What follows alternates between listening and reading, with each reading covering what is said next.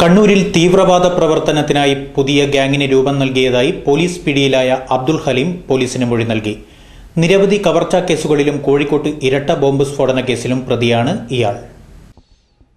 Kannur town, city, Valapattanam സ്റ്റേഷനുകളിൽ 12ഓളം കേസുകളിൽ പ്രതിയായ അബ്ദുൽ ഹലീമിനെ പെരുമ്പാവൂർ പോലീസിൽ നിന്നും കസ്റ്റഡിയിൽ വാങ്ങി ചോദ്യം ചെയ്തപ്പോഴാണ് തീവ്രവാദ പ്രവർത്തനങ്ങൾക്കായി പുതിയ ഗ്യാങ്ങിന് രൂപം നൽകിയതും കശ്മീർ റിക്രൂട്ട്മെന്റ് കേസിലെ സാക്ഷികളെ പണം നൽകി സ്വാധീനിക്കാൻ ശ്രമിച്ചതും വെളിവായത്.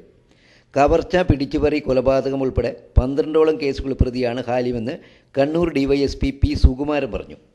സാക്ഷികളെ സ്വന്തം വാഹനത്തിൽ എറണാകുളത്ത് കൊണ്ടുപോയതായി തെളിഞ്ഞിട്ടുണ്ട്. കണ്ണൂരുകാരനായ സാക്ഷി യൂസഫ് ഇപ്പോൾ എവിടെയാണെന്നറിയില്ല.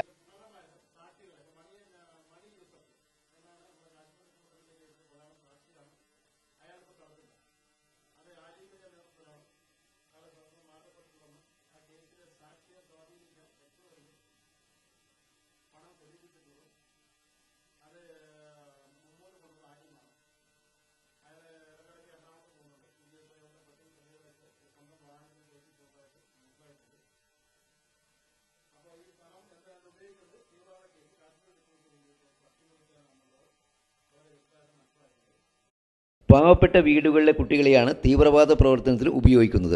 സ്വന്തം ഫോൺ ഉപയോഗിക്കാത്ത ഹാലിം കുട്ടികളുടെ ഫോൺ ഉപയോഗിച്ച് ഇതിൻ്റെ പേരിൽ ഭീഷണിപ്പെടുത്തിയാണ് ഗ്യാങ്ങിന് രൂപം നൽകിയത്. പോലീസിൽ നിന്നും വിവരങ്ങൾ അറിഞ്ഞ രക്ഷിതാക്കൾ അന്വേഷണത്തിൽ സഹകരിക്കാമെന്ന് പോലീസിന് ഉറപ്പു നൽകി.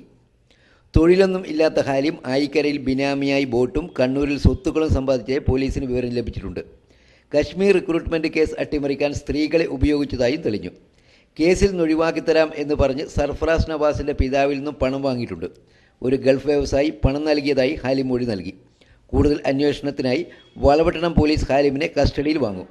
കവർച്ച, പിടിച്ചുപറി, ആസാദ് വിനോദ് വധം, കോഴിക്കോട് ഇരട്ട സ്ഫോടനം തുടങ്ങി നിരവധി കേസുകൾ പ്രതിയാണ് അബ്ദുൽ ഹലീം.